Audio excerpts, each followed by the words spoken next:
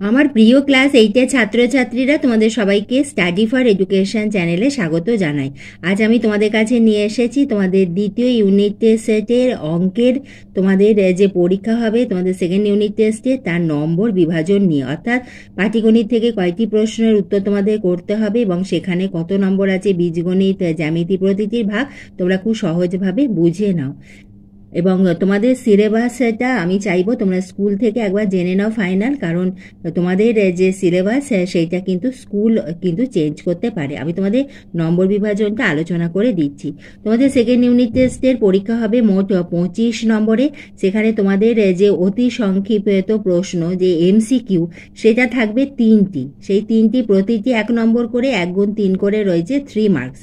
কটা প্রশ্ন থাকবে? তোমাদের পাটিগণিত থেকে একটি প্রশ্ন থাকবে, তোমাদের যে অধ্যায়গুলি রয়েছে বীজগণিত থেকে একটি প্রশ্ন থাকবে, আর জ্যামিতির যে অধ্যায়গুলি আছে তার মধ্যে একটি প্রশ্ন থাকবে। এইভাবে প্রতিটি থেকে একটি, সেরকম 3টি তোমাদের প্রশ্ন থাকবে, প্রতিটিতে আছে 1 নম্বর, এইভাবে হচ্ছে 3 মার্কস। এরপরে তোমাদের পাটিগণিতে তোমাদের 2টি অঙ্ক করতে হবে। 2টি অঙ্ক, প্রত্যেকটি 4 নম্বর করে, 4 মার্কসের প্রশ্ন, 4 গুণ 2 করে রয়েছে মোট 8 মার্কস। কোথা থেকে প্রশ্ন আসবে? তোমাদের পাটিগণিতে যে ত্রৈরাশিক অধ্যায় রয়েছে, শতকরা, মিশ্রণ ও সময় কার্য, এই যে অধ্যায়গুলি রয়েছে, এই অধ্যায়গুলির মধ্যে তোমাদের 4টি প্রশ্ন থাকবে। তার মধ্যে তোমাদের যে কোনো 2টি করতে হবে। বীজগণিতের আমাদের 2টি অঙ্ক করতে হবে।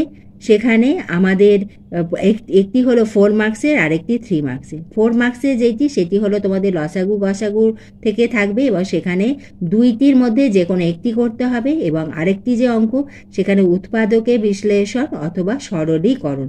তাহলে একটি হলো 4 মার্কসের এবং আরেকটি হলো তোমাদের 3 মার্কসের।